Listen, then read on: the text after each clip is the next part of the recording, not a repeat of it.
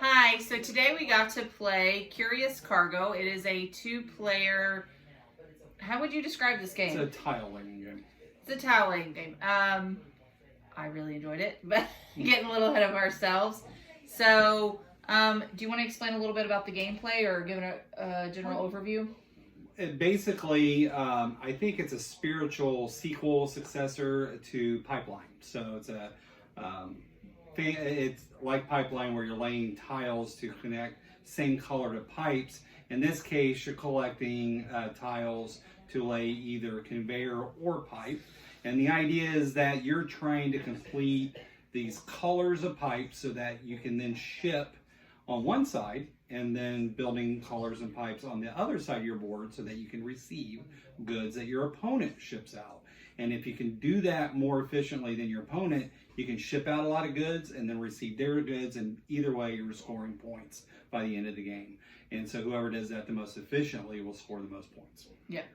So, difficulty level. I don't think it's complex, but it's got a lot of depth.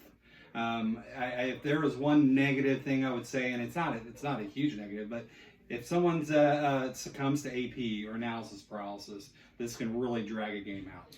So because you're taking your tiles and flipping them around and trying to figure out the best way to connect those pipes or conveyors, the most efficient way to get stuff out. And so, and if you can't plan ahead and it's hard to plan ahead, but if you can't be really efficient with your planning, you're going to spend some time thinking about what to do. Yeah, absolutely. I agree with that sentiment. This can be, it worked my brain. But it's not that the rules were difficult, but it's about tile placement and making sure that you appropriately use it, and strategy, because there's also that shipping component.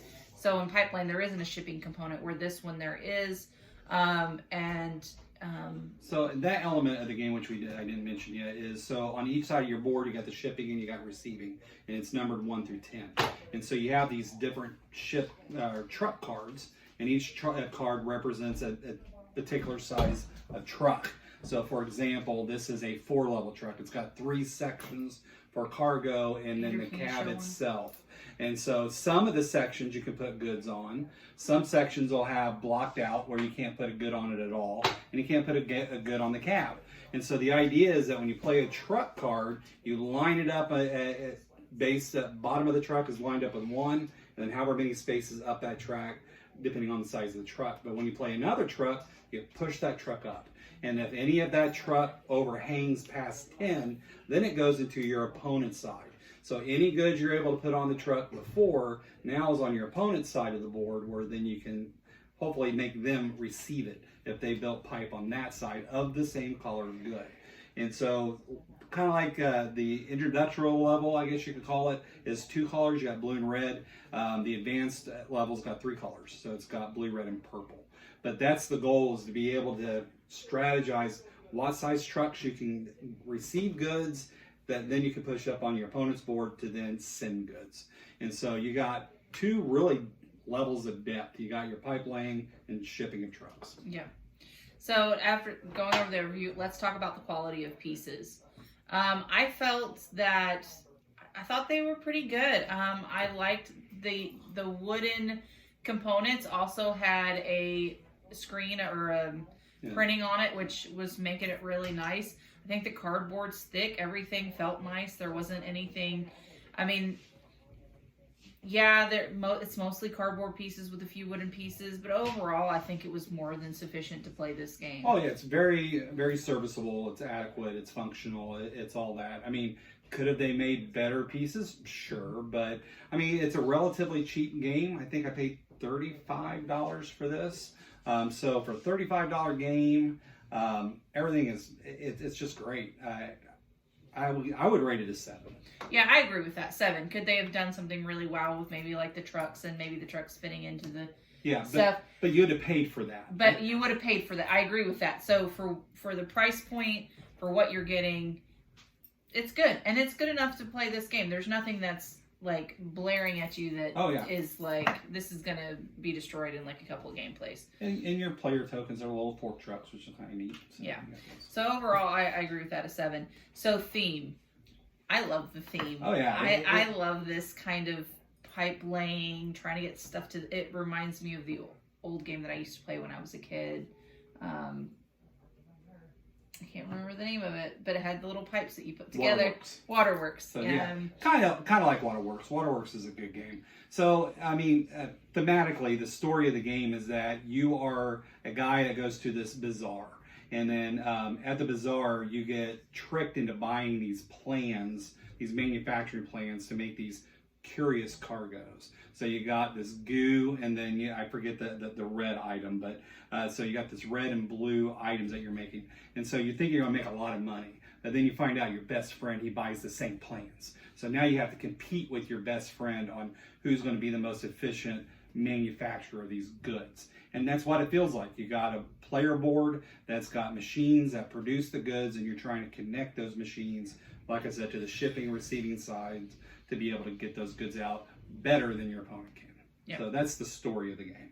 Now the actual rule book itself, it's really short. It got some really good illustrations to demonstrate with examples, which is what I really look for in a rule book. Now generally I don't do the rules, that's Randy's job, but when I do read a rule book, it's very it's very important that those examples, I think, make it to help clarify.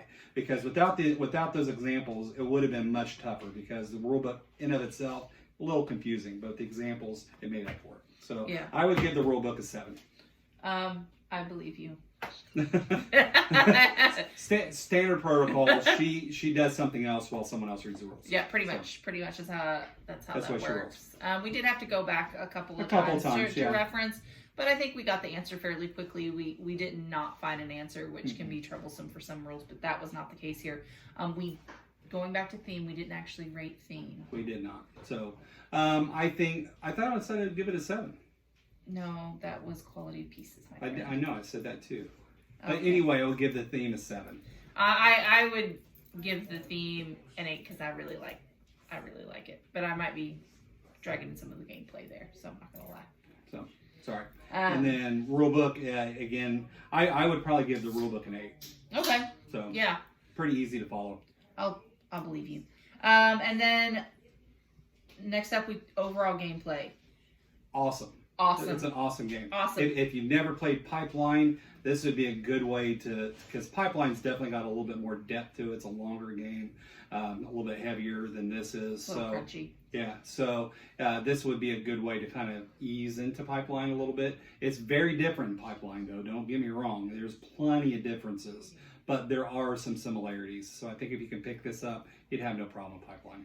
I'm going to say this. This is the best 2-player game I have ever played. I absolutely enjoyed this. This is a must-have for a collection if you do a lot of 2-player. And I know one of the reasons why me and my husband don't play a lot of 2 players is that we haven't really found a lot that we like. And I really do think this one's going to have to be on our shelves because I do think we would end up playing this quite a bit. And I know it's on the way. He's already pre-ordered the game. So I was lucky to be able to be in a limited pre-order for Capstone Games website. So that's why I was able to get a little bit earlier than Randy did. But I agree with Miranda. If you're into any kind of, if you like Pipeline, buy this game.